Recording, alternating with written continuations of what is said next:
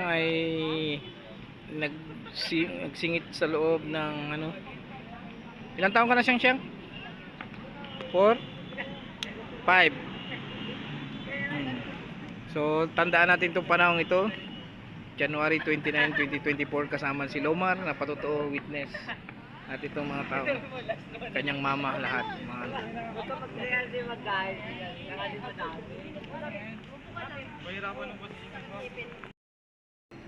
para hindi malilimutan siyang mga tao, mga youth na kasama niya. Ngayon sa panahon nating pinanonood ngayon, ang iba ay nag-asawa, yung iba ay nagkatuluyan, yung iba ay kasama niya sa simbahan na nagpupuri. Sila po ngayon ay nasa 300, nasa loob ng church.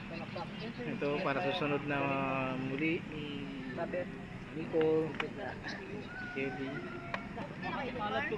Uy, wag dul, wag. Ay, tas. Makati palat ko.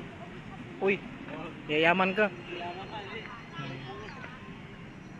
Dito po ngayon ay sa Rizal at sa panahong ito ng 2024, 25, 26, 27, 28, 29, 30 ay mukha pa rin akong batang bata. Sila Florabella at saka si Santa ay nag-CR.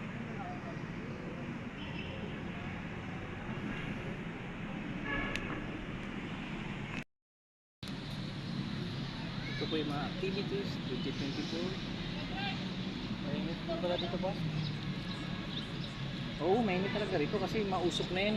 Sa dami mga sasakay na yan, ano na yan, pollution, tapos ingay, air pollution, tapos ikaw bata ka pa, kaya mo pa yan eh. Pag tumanda ka na, hindi mo na matanggap yan. Kaya karamihan matatanda, di ba, sa mga bundok na tumitira. Iba yung hangin ah.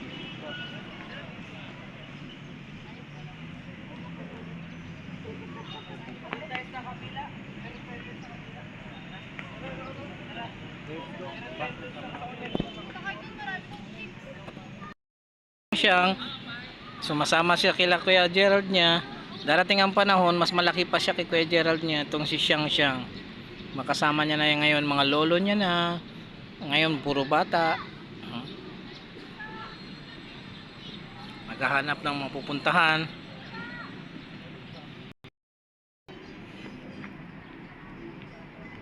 Ito ang Rizal Fountain. Dating nasa tahanan ni Pastor Carl Ulmer sa Alemanya, kung saan naninirahan si Jose Rizal nang tapusin niya ang mga huling kabanata. Okay to, bagong turo to, pastor pala ang Carl Ulmer. So ibig sabihin na share nito si Jose Rizal.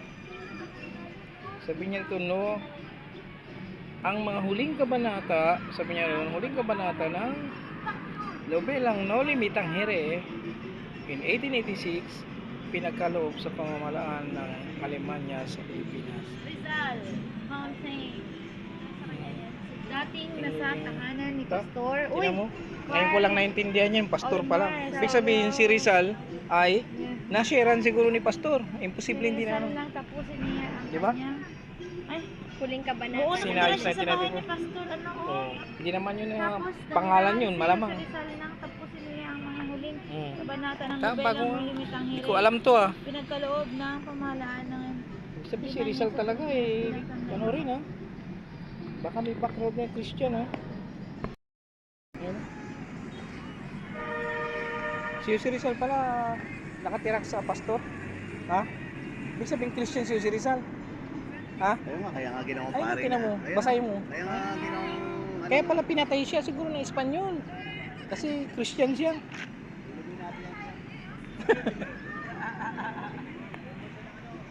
Nang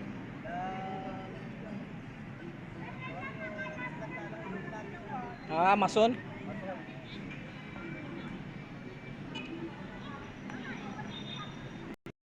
Si Jose Rizal pala ay ano sir, anong nakatira pa siya doon sa bahay ng Pastor Carl. So ibig sabihin si Jose Rizal na sharean. siguro sino mo si Pastor Carl? Doon sa ano niya, ngayon ko lang na ano, nagsulat siya ng No Limitang Here. Na ano ka ano siya. Parang wala sa history yun Doon nga yun sa may ano, sa fountain, ha? Baka si Carlos yun. Hindi, pastor nga nakasulat. Pastor? Opo, nandito na po tayo ngayon sa Rizal. Sa Park A. Ibig sabihin, hindi pastor yun, nakapangalan niya lang sa Alemania, Spain.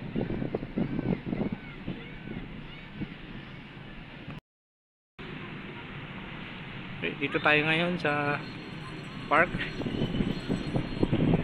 Lalapitan natin yung guard. Yun po yung guard. Nakatayo lang yan. At binabantay niya si Rizal. Ang pinakamalaking flag, no? Sa Rizal. Lakad po tayo.